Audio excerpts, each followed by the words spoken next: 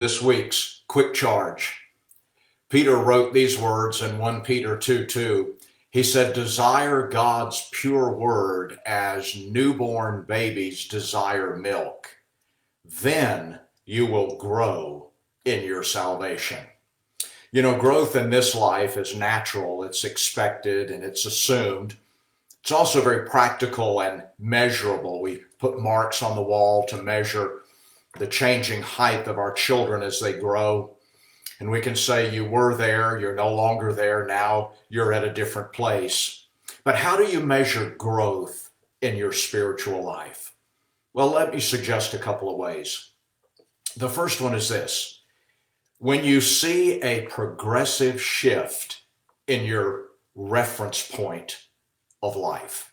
A reference point is your orientation. It's what I live out of. And so when I see a shift from that which is soul to that which is spirit, soulish to spiritual, that which is self to that which is spirit, or selfish to spirit, that is a measure of growth. Growth is a journey out of selfish living, which is self-based, self-centered, self-conscious, self-aware, self-absorbed, and self-involved, to spirit living, that is spirit-led, spirit-based, and spirit-filled. It is a journey out of soulish living, which is sensory-based and feeling-based and emotion-based and mind-based, to spiritual living, which is word-based and truth-based and faith-based. Now, that doesn't mean that you don't have senses, that you don't have emotions, that you don't have feelings. It just simply means that you no longer use those as the reference point or the orientation of your life, because now I'm living out of the Spirit rather than my own soul. So that's one way you can measure growth. Another way is when you see a progressive shift in your responses and in your reactions.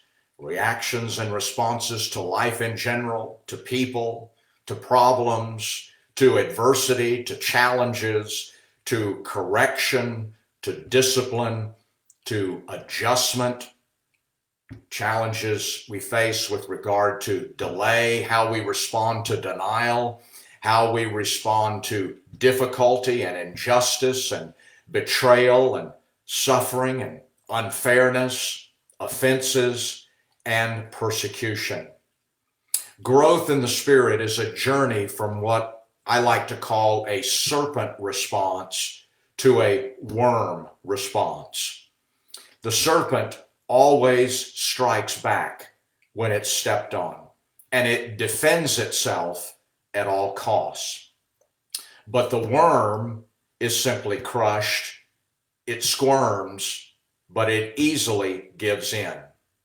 The serpent has fangs and it has venom, both of which are lethal. The worm has none of these, and it is harmless.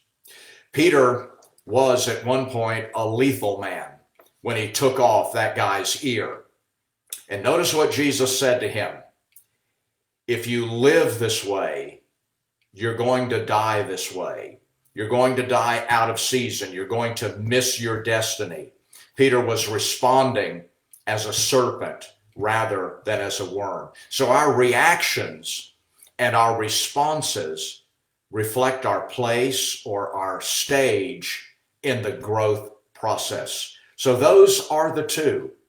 A progressive shift in my reference point, the way I view life, and a progressive shift in my responses and in my reactions. So let me ask you, are you seeing these two shifts in your life right now? If you are, you're growing, you're progressing, and you're maturing, and you're coming into completion in Christ Jesus. If you're not, then choose right now to die to self and to live to the Spirit, yielding your ways and your days to the grace of God. May you grow and abound under the influence of God's Spirit. God bless you.